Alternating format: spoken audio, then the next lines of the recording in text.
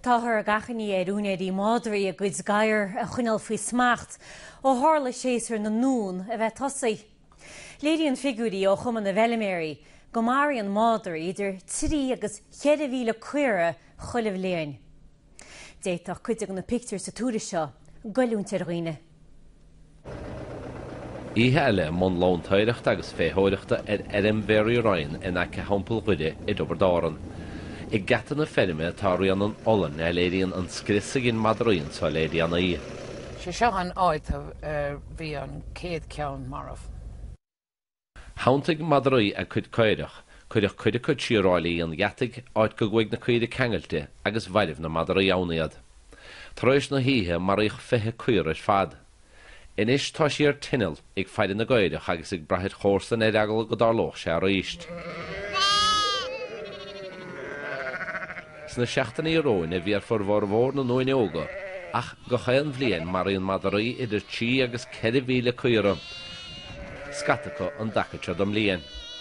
In ón droma dúnsaigh madraí cuire Andrew Friday, ach taidig leis sin tacht suas lean na madraí sin. We could have lost 40 lambs in maybe 20 years. They did a right clean out on them, you know. I Loch Garman fé láthir tá iarachtaí fós ar bonnig Ferrimeurí agus Loch Gonaí do lóas títhe techt ar an madarasá do fór chúd belgach atá ag meachtar stróie agus ag marú.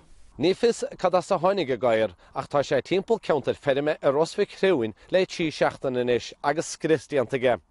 Go dtí seo meastar go bhfuil osciún lechiad cuir an marmh nó stracaige. An óin iarachtaí ag Loch Shellige agus Loch Gonaí tá tepéar go dtí seo teachtain in gaiir.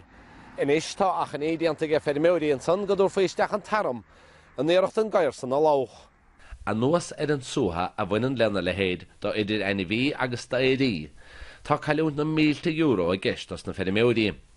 Tá go leor caiilte a gcuin de bhar madraí agus tá agla orm gur darlóigh sé a ríis.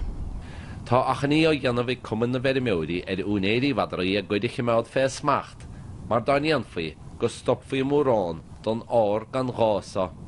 Tá más ó man éon nuacht TG4.